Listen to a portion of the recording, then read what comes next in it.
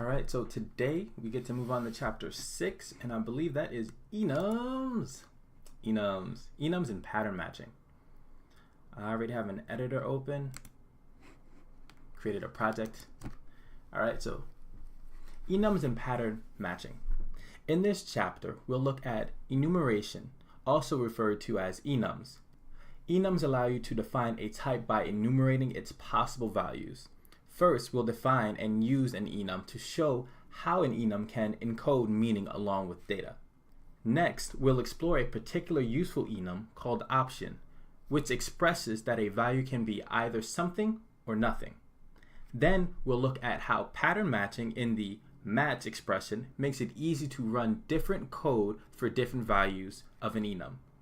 Finally, we'll cover how the if-let construct is another convenient and concise idiom available to you to handle enums in your code. Enums are a feature in many languages, but their capabilities differ in each language. Rust's enums are most similar to algebraic data types in functional languages such as F#, OCaml, and Haskell. All right, so that was the intro. See how it goes. Defining an enum. Let's look at a situation we might want to express in code and see why enums are useful and more appropriate than structs in this case. Say we need to work with IP addresses. Currently, two major standards are used for IP addresses, version 4 and version 6. These are the only possibilities for an IP address that our program will come across. We can enumerate all possible values, which is where enumeration gets its name. Any IP address can be either a version 4 or a version 6 address, but not both at the same time. That property of IP addresses makes the enum data structure appropriate, because enums values can only be one of the variants. Both version 4 and version 6 addresses are still fundamentally IP addresses, so they should be treated as the same type when the code is handling situations that apply to any kind of IP address. That makes sense? We can express this concept in code by defining IP adder kind, enumeration, and listing the possible kinds an IP address can be, version 4 and version 6. These are known as the variants of the enum. Okay, so basically what they're saying here is that an enum is a way of encapsulating a piece of data, right? And there are times where we want to encapsulate a piece of data but not have it be a struct. In this situation, we can use enums. And if that data happens to have variants, let's say IP address, we have version 4 and version 6.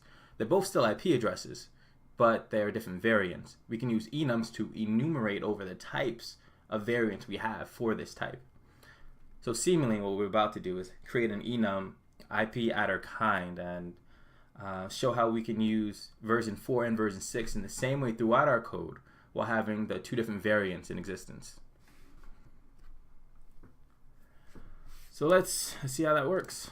I mean, enum doesn't have to be in function. Enum, nice keyword. IP adder kind, that looks correct. V4, comma, V6, comma. Okay. I guess that's it. And they're highlighting that because they believe it's a misspelled word. But meh. So IP adder kind is now a custom data type that we can use elsewhere in our code. So let's start defining some values. Let's create some instances. We have let 4 equal IP adder kind. And then we use that syntax, like the method syntax or encapsulation syntax, to access the variant of IP adder kind. So 4, comma, and then let 6 equal IP version 6. So semicolon. Okay. Note that the variant of the enum are namespaced under its identifier, and we use a double colon to separate the two. The reason this is useful is that now both values, IP_addr kind version 4 and IP_addr kind version 6, are the same type. IP_addr kind, we can then, for instance, define a function that takes any IP_addr kind.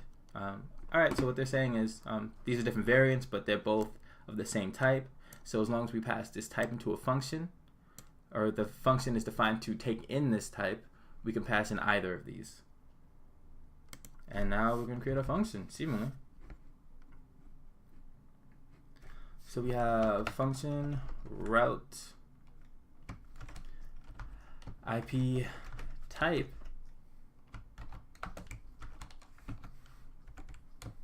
IP_addr kind. Okay. We can call this function with either version 4 or version 6, yes. Using enums has even more advantages. Thinking more about our IP address type, at the moment we don't have a way to store the actual IP address data. We only know what kind it is. Given that you just learned about structs in chapter 5, you might tackle this problem as shown. And let's do what they did. They created a struct called IP_addr. Adder's short for address. And they have kind, and they're mapping the kind here. So you're going to be 4. And they're giving it an address, which they're hard coding. Oh, no, sorry, I was looking at the wrong thing. They're not hard coding it, it's just a string. And I was looking at the wrong thing here too. This is just the type. The type is IP_addr kind. So that's the struct.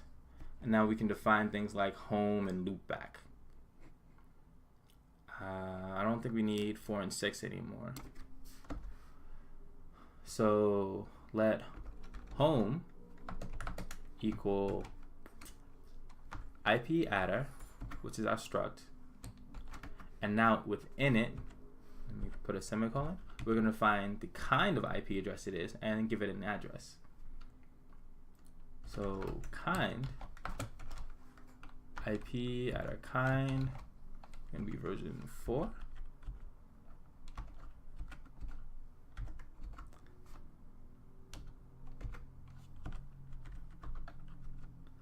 And address is, this is hard coded, string from, and it's just the local host address. So 1, 2, ooh, let me put my number lock on. 127.0.0.1. And you can see from version 4, seemingly it's 1, 2, 3, 4. If that, I don't know IP addresses all that well, but hopefully that's what version 4 means, 4 places, and 6 means 6 places. Next up, let the loopback address loopback be IP_addr, a struct, and the kind is going to be a v6, IP_addr kind v6, and then we're going to have the address string from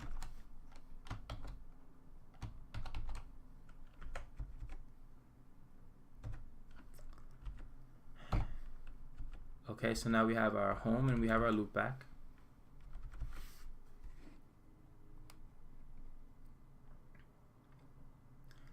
Here we define a struct IP_addr that has 2 fields. A kind field that is of type I_addr kind, the enum we previously defined,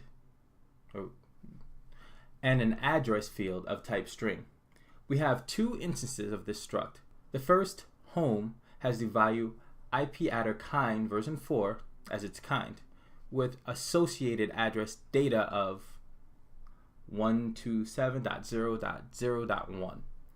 The second instance, loopback, has the other variant of IPAddr kind as its kind value, v6, and has address : 1 associated with it.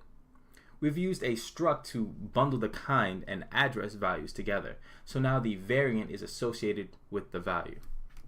Make sense? We can represent the same concept in a more concise way using just an enum rather than an enum inside a struct by putting data directly into each enum variant. This new definition of IPAddr enum says that both version 4 and version 6 variants will have associated string values. Okay, so what they're saying here basically is that given that we've learned structs, this is one thing we might want to do. Create a struct and then use a value within the struct, a field within the struct, to give an association of what kind of instance this is.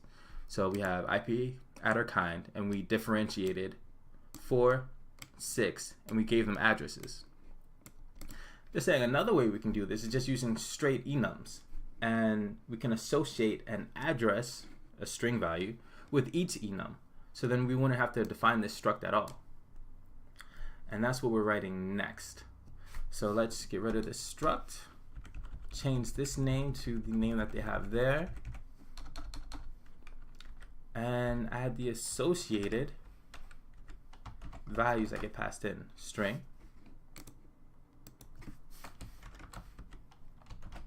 string, and you no longer have a kind, and actually you're defined differently.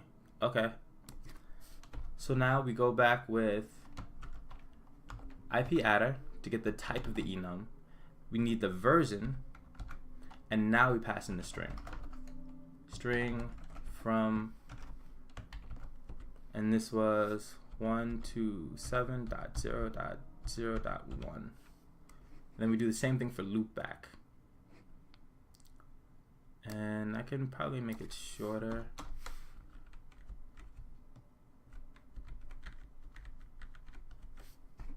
Let me just erase it all. So the same thing for loopback, IPAddr, put in version 6, and now we put in the associated string, or the address, from, and if I remember, : is it 0, 1, or 1? Just 1. Put a semicolon after both of these. Okay. That looks correct, with the exception of this now. I mean, that no longer exists. IP type.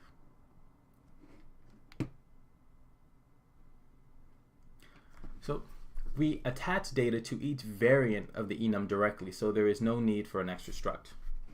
Struct is gone. And it looks like they have another way of doing this. Okay? There's another advantage to using an enum rather than a struct.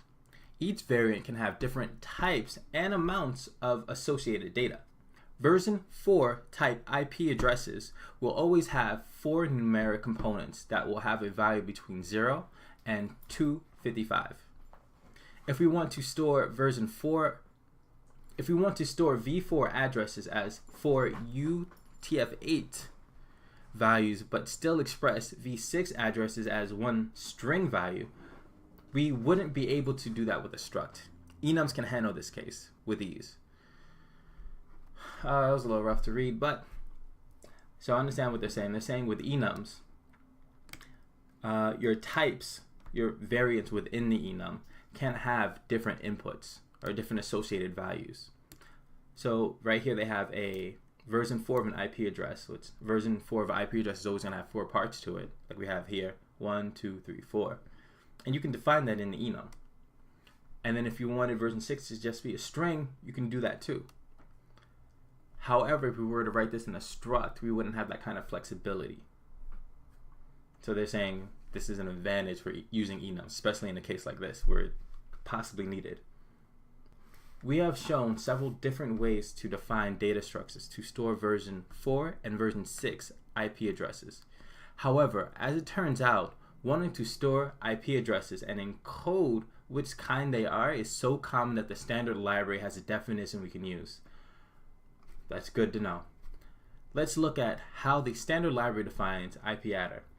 It has the exact enum and variant that we've defined and used, but it embeds the address data inside the variant in the form of two different structs, which are defined differently for each variant. Okay, so they didn't show all of it. They have, here's the enum, right?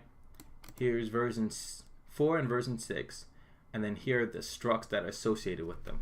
So they put structs inside the enum. And maybe if we look at this, and it'll show us exactly what this is supposed to look like. Oh, I have an example and everything. Oh, nice. An IP address, either version 4 or version 6. This enum can contain either a version 4 address or a version 6 address. See the respective documentation for more details. The size of an IP adder instance may vary depending on the target operating system. Okay. And the way they do this is you import, use standard, net, and then you import the enum and the two structs associated with it. Then you have your localhost version 4, which is how this is the enum, this is the variant, this is what's being passed in.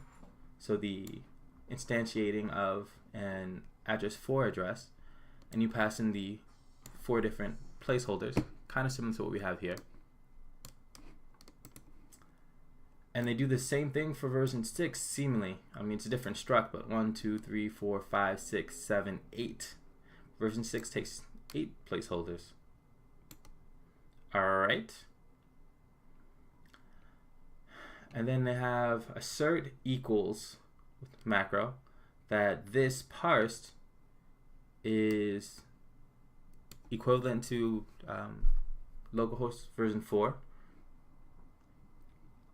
This parse is equivalent to localhost version 6. And they have an is method on the structs themselves. Well, actually, is it on the struct themselves? No, this is on the enums. Where it checks to see whether or not it's a version 6 or version 4. So version 4 is not version 6. Version 4 is version 4, true. And they probably have some more information here. Look, they have like the method list, the is loopback, is global. I kind of like this documentation. I might have to come back to this at a later date, but this is nice. All right, so let's go back to here. Yes, we have verified this and we have looked at the standard library. Good look. This code illustrates that you can put any kind of data inside an enum variant. Strings, numeric types, or structs, for example. You can even include another enum. Also, standard library types are often not much more complicated than what you might come up with. Note that even though the standard library contains a definition for IP adder, we can still create and use our own definition without conflict because we haven't brought the standard library's definition into our scope. We'll talk more about bringing types into scope in Chapter 7. Alright, so what they're talking about here is namespacing or naming conflicts. Since we named our enum IP adder and the one in the standard library is also IP adder, if they were both in the same namespace, then Rust wouldn't know which IP adder to use when we called it or tried to use it. And they're going to cover ways to avoid those conflicts in Chapter 7, seemingly. Which, this is Chapter 6. That's the next chapter, so we're not even that far off. All right, let's look at another example of enum, listing 6-2. This one has a wide variety of types embedded in its variants. So this is a message. We have a quit, we have a move, we have XY coordinates, we have a write, pass in a string, we have a change color. This is an example of one enum that has many different variants, and those variants have different values associated with them. So quit is just straight quit, no data at all. Move includes an anonymous struct inside of it. Yeah, anonymous struct. It's not named. Write includes a string what you want to write, and change color has the red RGB, red, green, blue value seemingly. But they're all of type message. So anytime you define a function, then you could just say I'm passing in something of type message, and this would all be fine. All right, so defining an enum with variants such as the ones in listing 6-2 is similar to defining different kinds of struct definitions, except that enums don't use the struct keyword and all the variants are grouped together under the message type. The following struct could hold the same data that the preceding enums variants hold. So here's an example of writing the same information out as a struct. However, one thing that we're going to mention is that these are all different types. So if we wanted a function to handle different types of messages, we'd have a unique function for quit message, move message, write message, and change color message. Whereas if we use enums, we can just say message and pass in all of our different variants. So let's see what they say. But if we use the different structs, which each have their own type, we couldn't as easily define a function to take any of these kinds of messages as we could with the message enum defined in listing 6-2, which is a single type. There is one more similarity between enums and structs. Just as we're about to define methods on structs using the implementation block, we're also able to define methods on enums. Here's a method named call that we could define on our message enum. Alright, so yeah, seemingly for enums, they take an implementation block and put the functions in there, and then you can call them just like you can with structs. Here it is.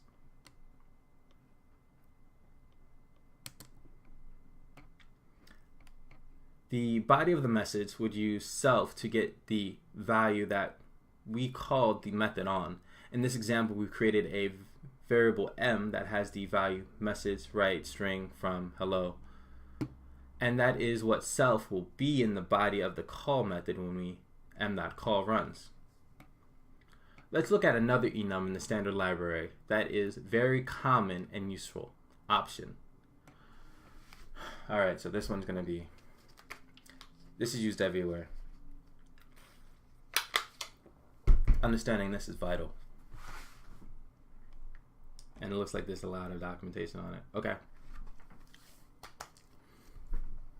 The option enum and its advantages over null values. In the previous section, we looked at how the IP adder enum lets us use Rust type system to encode more information than just the data into our program. This section explores a case study of option, which is another enum defined by the standard library. The option type is used in many places because it encodes the very common scenario in which a value could be something or it could be nothing. Expressing this concept in terms of the type system means the compiler can check whether you've handled all the cases you should be handling. This functionality can prevent bugs that are extremely common in other programming languages. Programming language design is often thought of in terms of which features you include, but the features you exclude are important too. Rust doesn't have the null feature that many other languages have. Null is a value that means there is no value there. In languages with null, variables can always be in one of two states, null or not null. In his 2009 presentation, Null References, the $1 billion mistake, Tony Hoare? I'm not sure how to pronounce his last name. The inventor of null has this to say. I call it my $1 billion mistake. At that time, I was designing the first comprehensive type system for references in an object-oriented language. My goal was to ensure that all use of references should be absolutely safe, with checking performed automatically by the compiler. But I couldn't resist the temptation to put in a null reference, simply because it was so easy to implement. This has led to innumerable errors, vulnerabilities, and system crashes, which have probably caused $1 billion of pain and damage in the last 40 years.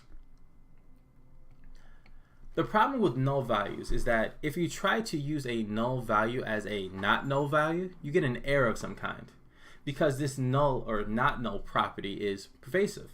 It's extremely easy to make this kind of mistake. However, the concept that null is trying to express is still a useful one. A null is a value that is currently invalid or absent for some reason. The problem isn't really with the concept, but with the particular implementation. As such, Rust does not have nulls, but it does have an enum that can encode the concept of a value being present or absent.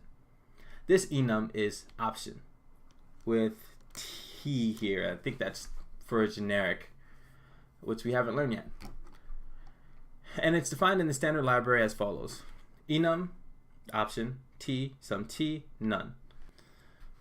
This is how it's defined. A simplification how it's defined in the standard library. The option enum is so useful that it's even included in the prelude. You don't need to bring it into scope explicitly. In addition, so are its variants. You can use some and none directly without the option prefix. Oh, that's what I should have been looking for. Let's go back here, right? Come here, and some or none are variants of options. So option should be defined at the top. Hold on, like we do with all enums. Public enum here, option, and then no value, none, I guess is defined here, and here is some. So here's where it's defined. Okay, I understand. And then under it have implementation blocks. We don't get to see the source code, we just know that this is a standard feature. Let's scroll over. Some, T, none. No, it's defined exactly as it's there. I was wrong. This is exactly as it's defined. That's impressive. Let's go back to here. The option enum is so useful that it's even included in the prelude. You don't need to bring it into scope explicitly. In addition, so are its variants. You can use some and none directly without the option : prefix.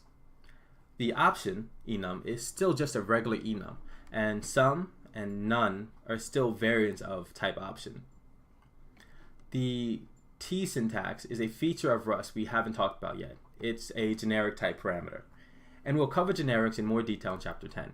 For now, all you need to know is that the T means that some variant of the option enum can hold one piece of data of any type. Here are some examples of using option values to hold number types and string types. I'm not sure if we need this anymore. I might just get rid of all of this so I can write that.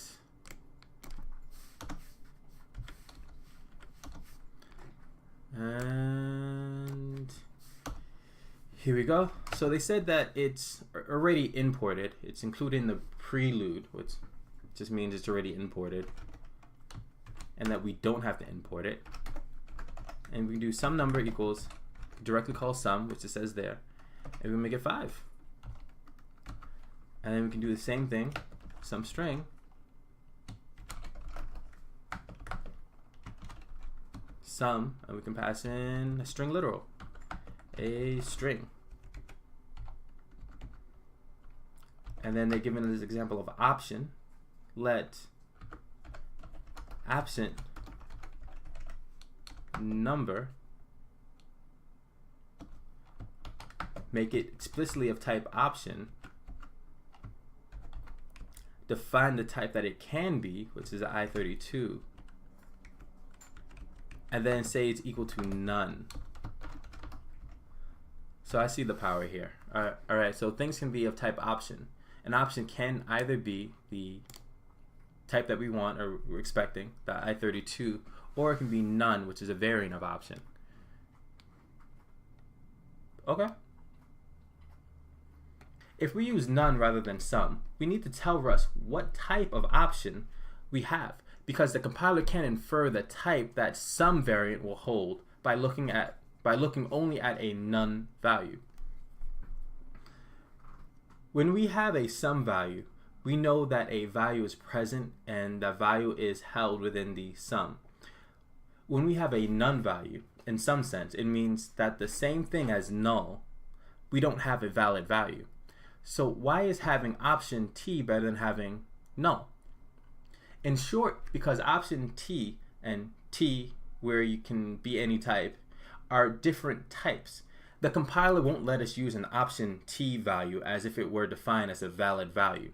For example, this code won't compile because it's trying to add an I8 with an option I8. And let's try to write that out. So we see X, define it as I8, the type, and make it 5. Let Y, which is going to be of option,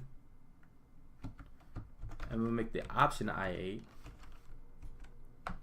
and we're going to make it equal to sum 5, and let sum equal X plus Y. And then they want us to try to run this. Cargo run.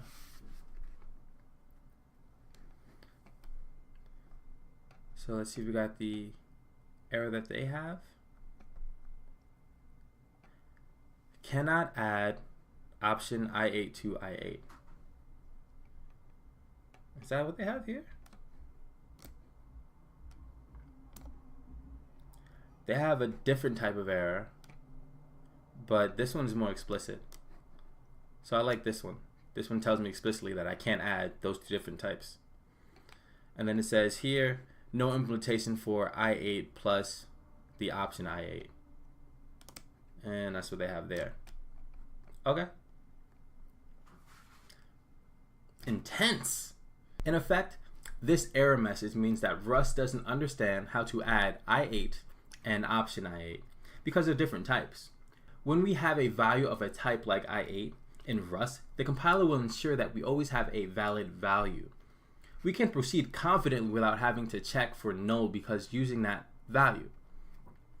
Only when we have an option I8 or whatever type of value we're working with do we have to worry about possibly not having a value, and the compiler will make sure we handle that case before using the value. In other words, you have to convert an option T to a T before you can perform T operations with it. Generally, this helps catch one of the most common issues with null, assuming that something isn't null when it actually is.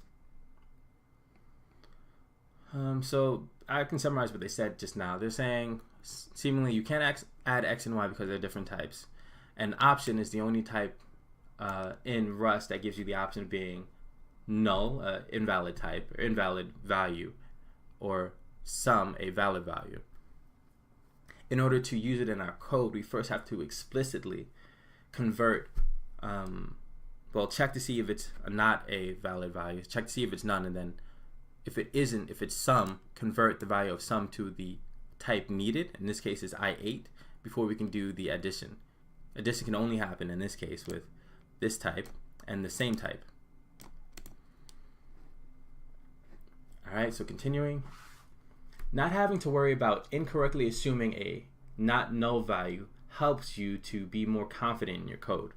In order to have a value that can possibly be null, you must explicitly opt in by making that value of the type option T. Then, when you use that value, you're required to explicitly handle the case when that value is null. Everywhere that a value has a type that isn't of option T, you can safely assume that that value isn't null. This was a deliberate design decision for Rust to limit null's pervasiveness and increase the safety of Rust code. So what they're saying here is this is a deliberate decision.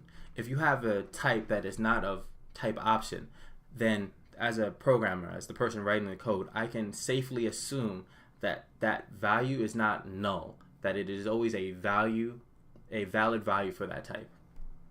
And they did this sort of limit the scope of these types of errors that you can have.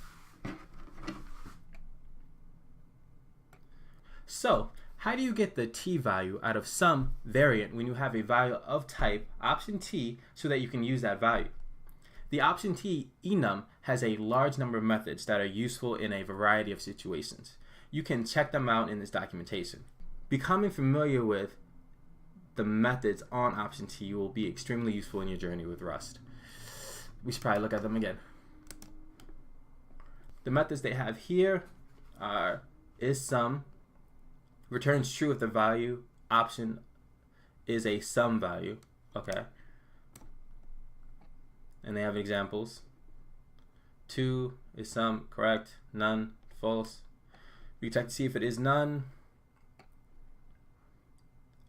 Ooh, converts from option T to option, converts it to a reference. Converts it to a mutable object. Pin reference, I don't know what that means. Pin mutable, don't know what that means. Expect, unwraps an option, yields the content of sum. That's probably what we're going to use, unless we have something like unwrap. Oh, so this panics if the value is none, with a custom panic message provided by message. Okay, so we can use expect, pass it a message, and if it's not there, we'll panic. And then we have unwrap, moves the value v out of the option t if it is some v. In general, because this functionality may panic, its use is discouraged. Instead, prefer to use the pattern matching and handle the none case explicitly. Unwrap or, unwrap, map, map or. This is, I'm not even halfway through the page. I'm gonna go back. Right. So we looked at some of those documentation, or some of the methods listed in the documentation for option. There's a lot of them. I didn't even go through half of them, but they're there. In general, in order to use the option t value, you want to have code that will handle each variant. You want some code that will run only when you have a some t value, and this code is allowed to use the inner t. You want some other code to run if you have a none value, and that code doesn't have a t value available.